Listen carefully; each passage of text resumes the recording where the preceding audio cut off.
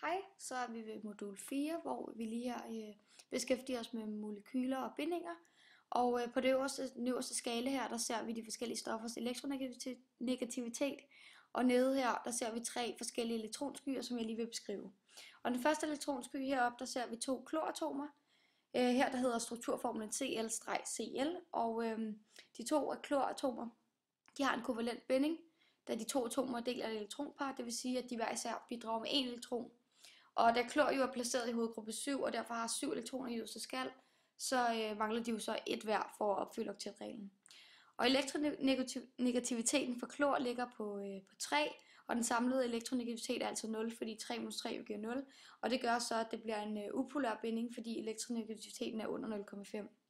Når et molekyle ligesom her består af 2 ensatomer, så kaldes det en ren kovalent binding, fordi den samlede elektronegativitet jo netop er lig med 0. Og det fælles elektronpar har lige stor tendens til at bevæge sig omkring kernen, og det er derfor, vi ser 2 meget ens elektronskyer.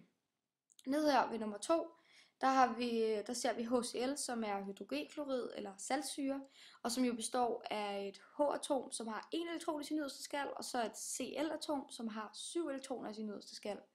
Og det har så et eksempel på hernede, hvor at H-atomerne får hver 2 elektroner i den yderste skal, og Cl-atomerne får hver 8 elektroner i den yderste skal ved deling af elektronerne, og så det dermed, at vi har en kovalent binding.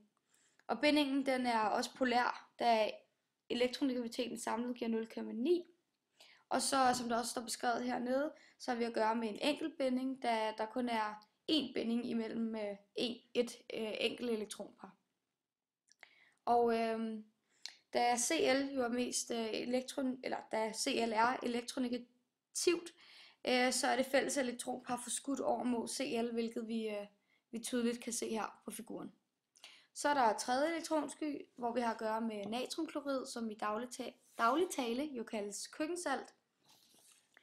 Og her der har vi en ionbinding, da Na jo er en positiv ion, og Cl eller klorid er negativt, og vi samtidig også har at gøre med natrium, at natrium er et metal, og klorid er et ikke-metal. Elektronegativiteten giver samlet 2,1, og derfor så har vi så også at gøre med en polær binding. Og her der ser vi tydeligt på figuren, at elektronerne kun findes om det ene atom, altså kloratomet.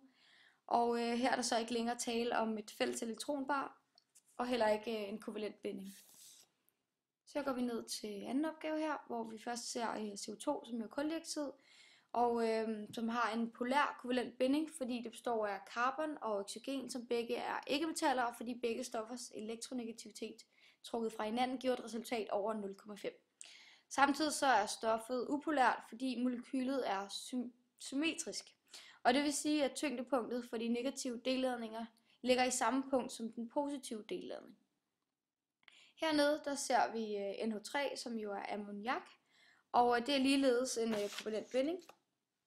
N's elektronegativitet ligger på 3 og H's på 2,1, og derfor får vi altså en samlet elektronegativitet på 0,9, hvilket gør bindingen polær. Og hvert H-atom har en elektron i sin yderste skal, og N har 5 i den yderste skal. Derfor så ifølge Hunds regel, så vil der være størst muligt antal uparrede elektroner i den yderste skal. Og da der jo højst kan være 8 elektroner i den yderste skal, svarende til 4 par, så må der i N være 3 uparrede elektroner og et elektronpar. Og når der så er dannet 3 elektronparbindinger til de 3 H-atomer, hvilket vi kan se på billedet her, så er der et ledet elektronpar til overs, og det er det vi har ovenover N, det øverste N heroppe. Og elektronskyerne omkring H-atomerne er så her skubbet væk.